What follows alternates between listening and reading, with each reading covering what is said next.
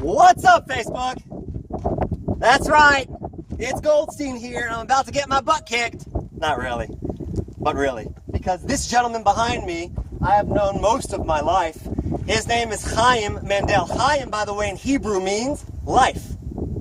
So here's a gentleman who has dedicated his life to what I consider to be the art of not only protecting others, but also training others to become better human beings. Today we're going to work on some extremely cool techniques.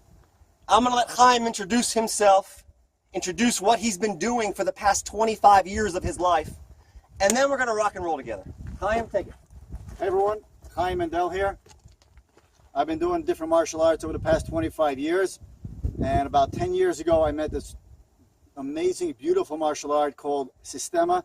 It's brilliant, it's got a lot of wisdom, and it really helps bring everything together. I'm going to show Ben a couple of drills today for knife defense. Remember, knife defense is a huge topic, very dangerous to oversimplify things. So we're just going to do a couple of drills out of the long process that you would need to go through to be properly trained for knife defense. Now, a really cool aspect, ladies and gents, I haven't really officially announced it yet, but the two of us are going to be traveling to the United States of America for a good couple of weeks. We're going to be going from city to city, and we're going to be training people in how to become better human beings, more alert, more aware, and give them the confidence, and you the confidence you need to just walk down the street in peace, to protect that which you believe in, to increase the strength of your faith. And when all is said and done, we're doing this for unity. We want all of us to be one. The more we can protect each other, the better. So we're going to get started now. We've already done some warm-ups. And any questions you may have, I'm going to take a break every couple of minutes just to see questions you may have, any topics you want us to cover. And then we're going to cut out and we're going to go and let you watch the greatest, most beautiful sunset this side of, I don't know, maybe Hawaii or Fiji. It's magnificent right behind us. Stay tuned. Here we go. Ready? Oh, and by the way, just so you know where we are, Bethlehem is right now in the background. This is Efrat. This is a biblical town of Efrat. And right behind that is Bethlehem. The reason why I chose this spot is because I wanted you all to join us in an area where defense is such an overriding topic every single day that we all understand why we must learn these techniques every day, every week, every month, every year, to sharpen our abilities to protect you, to protect those that can't protect themselves. One of the things that makes us very unique in Systema is that we don't teach specific techniques, because you can know 1,000 techniques, but there are so many variables and factors in a real life knife attack that will make any one technique obsolete. So you need to have principles and movements that you can put together the details spontaneously and be a creative warrior. A very important aspect of being a warrior is being creative and spontaneous, to be able to problem solve. So we're not going to learn specific techniques. We're going to have drills that will give you attributes of a warrior, and you can apply that to any situation you're going to find yourself in. Great. One last thing I'm going to say. You can notice I have my Glock 19 on me. The Glock has no mag in it. I've got a chamber flag. And for all of you gun nuts that understand, the chamber is empty. Safety has been, without any question, checked, double checked, and triple checked before we started this drill. Okay, let's get right to it. Most basic principle in fighting and in health is to have proper posture. Okay, we're going to do a very simple drill, and we're going to show you how important it is to keep your posture, keep your back straight. I'm going to push your head gently from side to side. I want you to keep your back straight. Okay, don't let your back bend or your head bend. Okay. Now you notice most people, the way they automatically went to solve that problem is by being stiff. But there's an alternative way to keep your back straight, and that is by moving your feet. So just be sensitive and move your feet, right? Look, you push me gently from side to side by my head. So just by moving my feet, it allows me to keep my back straight. And we're going to focus a lot on that because it's all in the leg work, all in the footwork. When I push, take a step with me. Try to feel the direction that I'm pushing you in. That's posture like two dancers moving together, just like that. Okay? Now it's very obvious, but for some people not that obvious, why posture is so important. I'm going to show you in a minute. Okay, just think for a second. Imagine you're attacking me, you're stabbing me with a knife, and I do this type of block, which some systems do. What will you do next? Boom. Now, he just thought of that at the moment. But who gave him that great idea to hit me in the head? I did. By bending my head forward, I just exposed my face. What if you go to slash my neck? Okay? And I did this type of movement. What would you do next? Exactly. I just exposed my lower body. Anytime you break your posture and you bend your back, you're exposing another part of your body. You don't want to give the guy any great ideas. As opposed to if you're attacking, right, if I just move out of the way, I didn't give him any great ideas. I move with my back straight. Okay, another great advantage of keeping your back straight is do that block for a second where you're breaking posture. Okay, now just pause right there. What do you feel just happened to your range of vision? Gone. Gone. You barely see your own shoes. Eyes down instead of up. Okay, and any warrior knows that range of vision is paramount, is the most important thing. If you don't see what's going on, you're a dead man.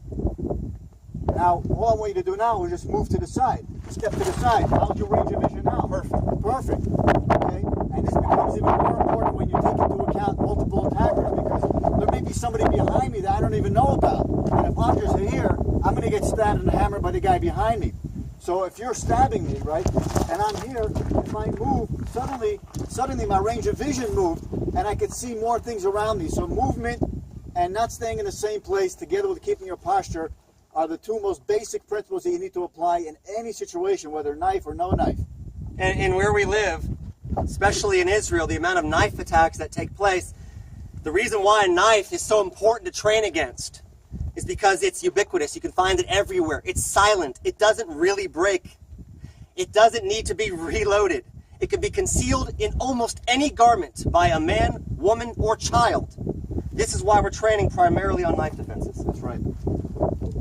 So, we're going to do a very interesting drill right now. I'm going to go real slow. I'm not going to go fast, okay? But I'm going to keep changing. I'm going to go for slashes. I may change the grip and go for stabbing, change the arm. All I want you to do is move a little bit and try to stay out of the line of the attack, okay? I'm going to go very slow because this is a new drill. Ben never did this before, and it takes time. It takes time.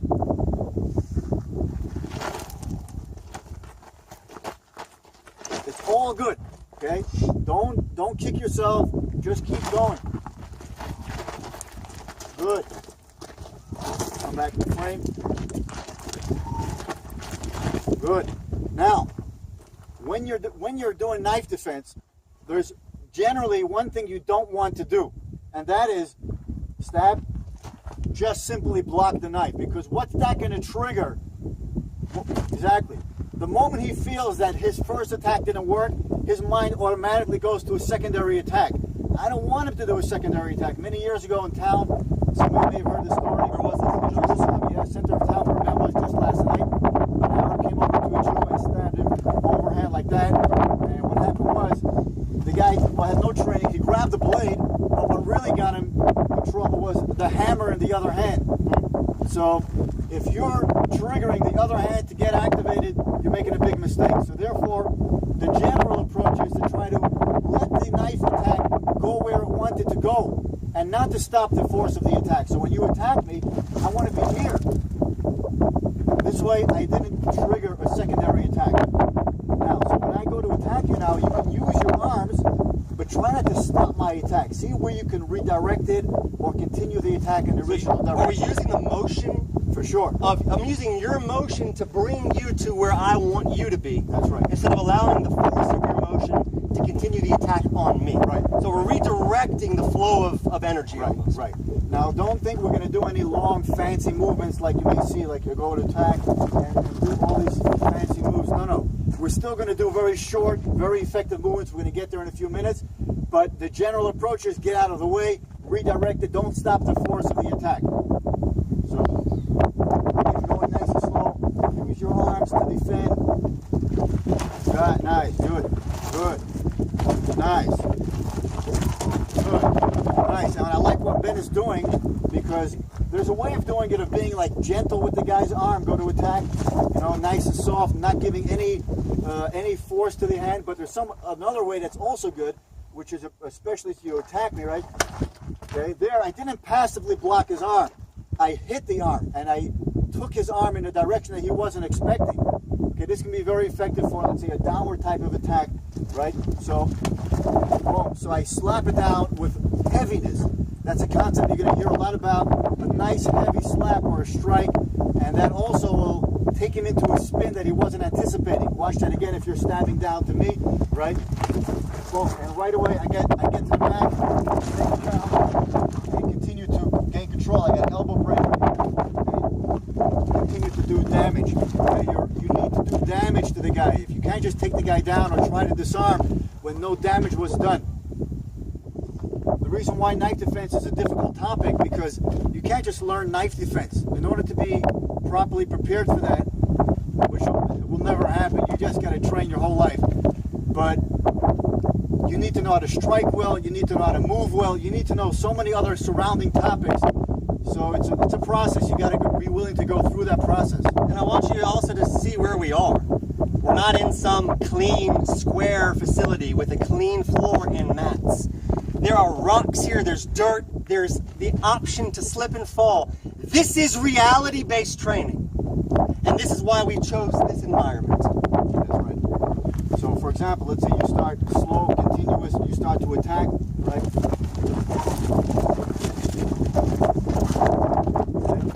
And we do the drills on purpose continuously, not because we want to be hanging out in a street fight for 10 minutes just defending, but doing drills this way will build your spontaneity, because you never know where the next attack is coming from. But in reality, of course, we want things to happen very fast. If you're attacking me with the knife, right, I want things to go really fast. Okay, I want to get his posture broken. I got strikes everywhere, doing ripping motions to the eye, whatever it takes. But for a drill, we sometimes do things in a continuous way, just to have the opportunity to try different options. Go. You can use your arm. Good. Good. Keep going. Good. Nice. Good. Good. And I always tell my students, always during training and in reality, be aware of your breathing. The moment you stop breathing, the moment you start holding your breath, if you're not in control of your breathing, you're not in control of anything. If you want to be in control of your body, if your inner state of mind, be in control of your breathing. So be aware that you're constantly breathing in from the nose, out from the mouth. Keep that constant. That's going to give you the composure to do what you have to do what you learned. Otherwise, you're going to panic, you're going to freeze, nothing is going to come out.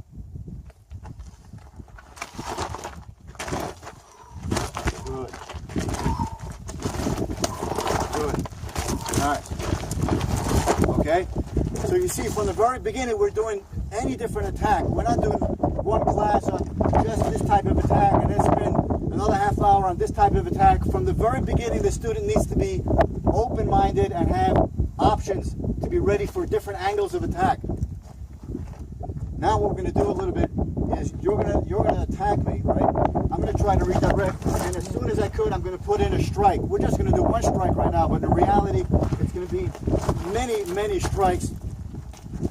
We don't focus so much on takedowns. We want the guy to go down from the strikes. And understand, you may see what he just did as light. What you have to understand about his technique, he talked about, what'd you say, heavy? Heaviness. What I learned from this gentleman years ago was all about lightness. How to have a light touch, where it almost seems light, but the power behind it is strong enough to get your attention, to confuse you, to shut down your brain, so then he can finish me. It's a brilliant system. That's right. If you do the math, if you think about it, if you just hold your arm out to the side, how heavy does your arm feel? It doesn't feel that heavy. But if you actually took a man's arm and put it on a scale, it would weigh between 7 and 15 pounds. Now, think about what that is. I work out with a sledgehammer, a 10-pound, a 12-pound sledgehammer. Your arm weighs the same. So granted, it's a little bit different. It's padded, it's not steel. It's distributed a little bit, across the arm. But you still have a massive amount of weight on your arm. If you just learn how to treat that like a very heavy battle mace, you're going to be killing people with any strike that you do. Okay, I'm just going to do a light strike to here.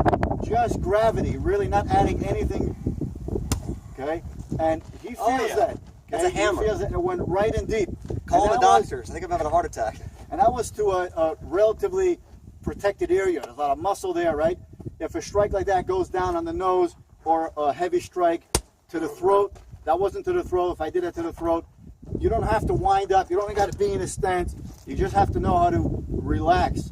Okay? You can be on one leg and still be able to hit. Once you learn how to relax your arm, now there's a process and there's a method of how to get there. But realize that when you strike, it affects the person, and our strikes go deep. Okay? It pisses me off. So continue, defend, look for an opportunity to strike. Good. And hit a little bit, especially to my body, hit a little bit. Good. Hit. Okay. Good, good. Nice, good. And you see he's starting to move into a lot of short movements, because that's where you want to get to when you attack, right? Come here.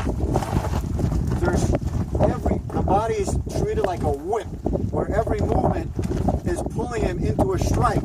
Okay, so he's disoriented. You're not just fighting the body, you're fighting the mind at the same time. You have to feel this to understand it. I feel as if I'm being just dragged without being moved. It's psychologically shutting me down, and I have a pretty good mind, and I know this guy. Imagine if this was a random encounter, like I used to have to deal with all the time growing up in Memphis, Tennessee. Anti-Semitism, all the time. If you can then turn the tables on your attackers and show them that you are not the person to be messed with, guys, that is 90% of it. You have to maintain an always attack attitude. Always attack. Right. Even if you're the most peaceful person in the world, you never know, especially in America, especially in Europe nowadays. You have to be alert and aware and ready to fight for your life. Forget about you. To protect those around you. That's the most important aspect. That's right. And I'm happy Ben said that, because there's another strategy that's really effective for knife defense, and is exactly what Ben said. It puts you right into the attacker mindset. I don't care what techniques you know, but if you're in a victim mindset, you're screwed. You're going to die. You have to get yourself into that attacker mindset. So what we're going to do now is you attack, right? And I'm striking with heaviness down on the arm. It can be a hammer strike. If you have more training, you want to be more precise, maybe you can try, I don't recommend that unless you're really trained, punching the arm, right, where you attack, right? Boom, stuff like that. But if you don't trust your accuracy, you want to do simple motion, just do like the hammer strike, chopping down. And we're not stopping there. So when you attack, right, you attack, boom, right away I'm going in to the face, okay? Little strike, boom, and ripping right away. As soon as I get close, we're going down. Okay? I ain't going down. So here we go. Ready? Give me 1 second. I wanna check the comments, see if any of you are commenting. If you are, it's okay to hit Ben harder. Thanks, Frank. Angelica's asking, will this work if you're a short woman? Great question, Angelica. Will this work if you're a short woman? What do you think? Let's say you're not a big man. Right. And a lot of women have this fear that they will not be able to physically be able to overcome the power of a male attacker. Right. So what she asked is, if I'm a shorter woman, will I be able to do all this? That's right. So number one, good question. Yeah, amazing question. Realize that you can be vicious like a man can be vicious. I'm not suggesting being aggressive. I'm not suggesting using any brute force. Okay? Everyone's eye is the same eye. When you poke your finger into a guy's eye, he's moving. So, and your arm also weighs. Okay, granted, it may not weigh like the bodybuilder's, 15-inch bicep, but when you develop that heaviness, you can hit. And women have less of an ego than men, so they don't tense up as much, and that gives you a great advantage. The moment you tense up, your body's not working the way it should. And Chaim just touched on something real important, and I know we're talking a lot right now, but it's important to understand this. And I've mentioned this in my combat sessions with Akrav, when I go throughout the states and train law enforcement and civilians, people just like you. I don't care who you are. Nobody in the world can build muscles and exercise their eyelids. And as any of you have ever had a piece of sand, 1 grain of sand in your eye, you know how hard it is to keep seeing through that eye. So as Chaim just pointed out, even if you are a 5-foot woman who weighs 90 pounds, it doesn't matter. If you jam your finger into somebody's eye socket, that will give you the opportunity to escape the scene or to continue fighting. That's right. Now, it's funny that you mentioned a grain of sand, because people often ask me, Chaim, what's the best self-defense weapon to carry with you? And in a lot of places in the world, you can't carry a knife. You can get arrested real quick. There's security checks. So one of the greatest weapons you can actually carry, I actually have one on me right now, is a little tube of sand, okay? And it's easy to open. You can still fight and punch with it very comfortably. And just, right, if you attack me right now, boom, that's it. Yep. For that moment, Yep. I wanted to do it for real, that you should really feel what that feels like. Oh yeah. Okay? You can't ignore that sand in your eye. For that moment, and for those moments after, I promise you, he's not thinking about the knife. He's thinking about, how the hell do I get this dirt out of my eyes? And that gives you time to attack, to run, to do whatever you need to do to survive. So a great weapon is sand, or the general idea of throwing some object at him. I had a counter-terror instructor friend who may be watching this right now. He told me a story when they were in Lebanon undercover back in the old days. They were on an assassination mission. They were spec ops, Israeli spec ops. He said they were all undercover, and he was smoking a cigarette, and they were in a village about to go to their target, and he was staring at somebody in the village, one of the, I guess a PLO member, one of their security guards, and he realized the security guard noticed that something was off. He realized his cover was blown. I mean, he realized it right off the bat. He said, Ben, what saved my life is quite simple. I was holding a pack of Marlboros. All I did when he approached me with his hand on his pistol, I just chucked the pack of Marlboros at his face. That allowed us all to then take the advantage and attack them, and here I am, I'm alive. And that says a lot about what that pack of Marlboros did to save our lives. So using that distraction, again, soft touch, is enough to give you that time to then operate the way you see fit, not the way the enemy wants you to be moving. That's right. Very important. That's right. Okay, so if you can put that into your training, that when you attack, right, that little tap, I didn't go into his eye. I barely touched the nose or the eyelids, but that shut him down. Is enough to shut me Okay? down. And when you fight in a way that you're fighting the mind as much as you're fighting the body, you could win. Okay? I'm not saying things are easy and nothing is ever sure, right? But if you know how to control the guy's mind, Ben, who's that guy? Right? You see that? If I could get my enemy to look somewhere else just for one moment, and obviously you got to take into account the context. I knew that Ben is going to look because he's very aware of his surroundings. If someone's walking up behind him, he wants to know who that is, especially in the location that we're in. But if you can control the guy's mind and attention, you can control anything that he does. Very good. Now guys, we're almost getting to sunset. Remember, this is only one session out of the many we're going to be doing together. We're going to be switching in the next 5 minutes. I want to take you to show you the sunset. For right now, we're going to do a few more drills. We're going to pack it up, keep live, and show you an incredible view. So stay tuned. Good. So I want you to do some free flow stuff. Okay, you can strike, you can take me down. Don't be too aggressive. Try to just flow and keep a good state of mind. Good, good. Good.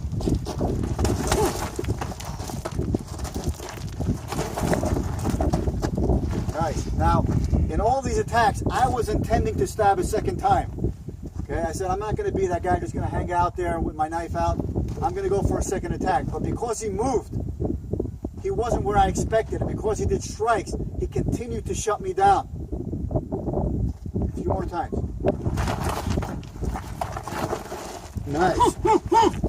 Good. Exactly how you should be moving.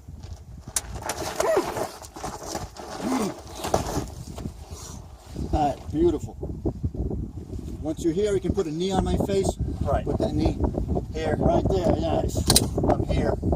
At this point, I have full control over the knife, over the arm. I have my weapon out. At this point, I would probably kill him. I'm just saying. Exactly. Are we going to be doing some training in the other location too?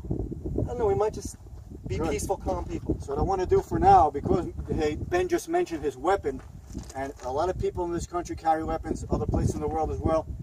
And I saw, if you remember back in the day when people were getting stabbed on a daily basis in Israel and Jerusalem and everywhere, I saw so many of the videos. You saw people who fell during the knife attack, whether it was because of the actual attack or they fell, they moved back, they slipped, they tripped over something.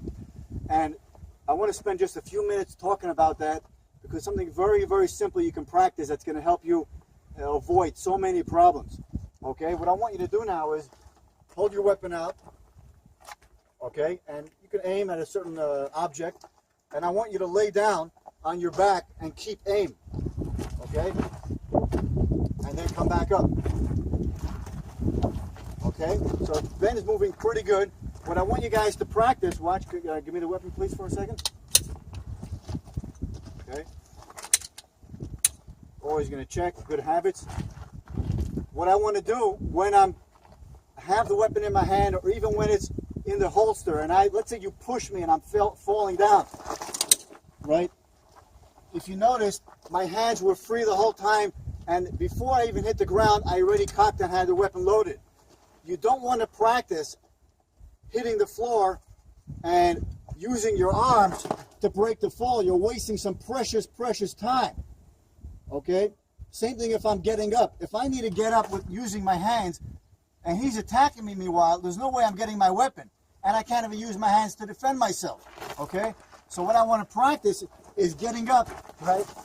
But using my hands and being free with my hands. Very good. That's very important. Now you'll notice he talks about chambering your pistol to bring it into action, because in Israel most people carry with an unloaded chamber. Magazine in, no bullet in the chamber. Some people do things differently. But we train based on the environment that we're in, not on some make-believe environment that we've seen on TV. Yeah, I was going to mention that. Good point. Right. I know people, there's a huge controversy around in the chamber or not. Okay? So you want to practice that. A great way for you to practice that is have a cup of water, hold it in two hands, and see if you can lay down on your back and get back up without spilling that cup of water. Because if you're holding that weapon out and aim at a certain object and you're moving, let's say you're on a Jeep or you're running and this is happening to you, if every movement that I do to your body is affecting your aim, that means you're very, very limited. That means you have to be in a very stationary position. But if you hand me the weapon please one more time, okay? If I'm here, if you look at my arms, start to shake me around, okay? I keep the arms a little bit disconnected, like floating in the air. It's a very different way of shooting, very different way of handling the weapon, but it gives me the option that I can be running or on a shaky, and maybe driving this car or wherever you are, running downstairs, and you can still keep the weapon fairly steady. So it's a very different approach. Again, it comes down to relaxation and being able to split the tension. You want to have a solid grip on the weapon, but you may not want that tension to travel all the way up into your arm. Okay, holster it again. Same is true for striking. What I want you to do for a second, Ben, is you're going to punch me in the chest a little bit hard, but I want you, at the whole time throughout your punch, I want you to tense everything up. Okay, go. Again, I want you to go a little harder, but tense it up. Okay? He's not even pissing me off yet. And that's because I told him to be very tense and tight in the shoulder. Now I want you to loosen up the shoulder, but keep some level of tension in the fist, okay? You don't want to break your wrist or fingers, and now hit. Whoa! Okay? You see that? I felt the difference. Can't compare the difference. So when you learn to split the tension, have tension in your fist, but not let that travel up to your shoulder, you're going to have so many advantages whether you're striking or holding on to a weapon. Okay, just feel. What do they say? Loose like a butterfly? Right. Or float like a butterfly, sting like a bee. What does it mean to be loose like Right. water? What did Bruce Lee say? Right. You should be like water. What is all of this flowing movement doing? I'm a guy that's constantly in a state of tension. So are a lot of you watching this, law enforcement, civilians that are just on the level that we are. Understand, to be able to bring that tense nature down a few levels, to be able to breathe and see through the fight, That's almost the reason what I've noticed. I spoke to a lot of Spec Ops guys that came out of Afghanistan and Iraq. A lot of them were listening to classical music instead of the hardcore stuff because they needed to calm down. You need to think and process when microseconds count. That's right. Okay, if you just hold this. You want me to put them on? No, hold it on your body. Oh. Okay, one behind the other, good right here. Just place it for a second. Okay, now you hold it on top and bottom so you don't get your fingers clipped by mistake. Now notice I'm not going to do a full power strike. I'm not in here to just beat up on Ben, even though it is a lot of fun, right? But if you notice, before I strike, I do a little mental check in training to be relaxed in the shoulder but keep the tension in the fist. Okay, and just throwing it in. I know it doesn't look like much, but you feel it through my spinal column. Here. Okay, and this you can strike from any position. We can be on the knees, right? Get down, and you may fall, but you don't want to have your strikes limited just because you're not in a good position. And I can strike just the same. I can be on my back. You stay where you are, right? On my back. Who can strike on their back? Very few people if you don't have this method of striking. But we're here, and we're striking just the same. Okay, just throwing that hand right into the target. So this idea of heaviness and being able to control the tension, where you're putting the tension, is a tremendous advantage. We have 2 more minutes. We got 2 more minutes, then we're going to go watch that amazing ball of fire drop itself right over all of Western Israel into the Mediterranean Sea, and you're going to watch it with us. Okay, we're just going to do a quick 60-second drill. The Russians discovered something very simple. The way you deal with pain is the way you deal with fear. If the pain creates tension and shuts you down, that's what's going to happen to you when you're under a real stress situation. If you can handle pain, relax, and stay relaxed despite the pain, still keep your awareness, still stay calm inside, that's going to help you a lot. So you're going to get down in push-up position, and you're going to start doing 10-second push-ups. That means 10 seconds down, 10 seconds up. Not fast, slow push-ups. Normally, I tell my students, everything happens on the fist. Fist push-ups. Okay, begin. 10 seconds down. Now the pain makes him want to go fast, but he has to be disciplined and go slow. Breathe. Breathe. Accept the pain. Okay? We're not here to enjoy the pain. We're here to accept it, and it shouldn't affect your state of mind, your inner state.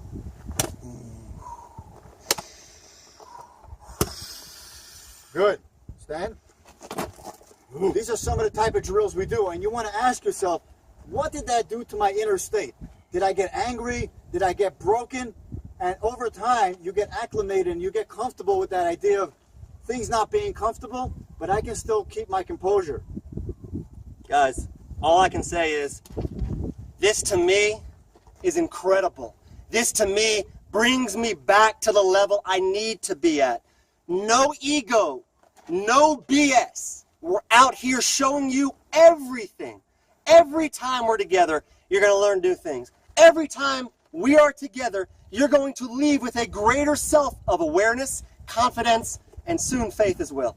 We're going to now pack all of our stuff up, keep it live while we're doing it. We're going to drive you over, and if y'all want to watch this sunset, we're going to do it right now. I just want to thank Chaim Mendel. Please tell them your website so they can see. Yeah, you can check out my videos on directcombatives.com. You can look me up on YouTube, Facebook under Chaim Mendel or Direct Combatives. Leave me a comment. And I'm going to post it on my Facebook. Anybody have any questions for Chaim, you can certainly leave questions through Facebook on him. Anybody out there watching this has any interest at all in having 2 extremely dynamic people with different aspects and facets to security, combatives, weapons defenses, offense, mindset, faith, any technique you might be interested in for your community, to protect your children, to protect your facilities, your office building, whatever it might be, please shoot me a message. We can talk privately. We better get going. We're going to get going and hit the sunset right now. Thanks for watching this, guys.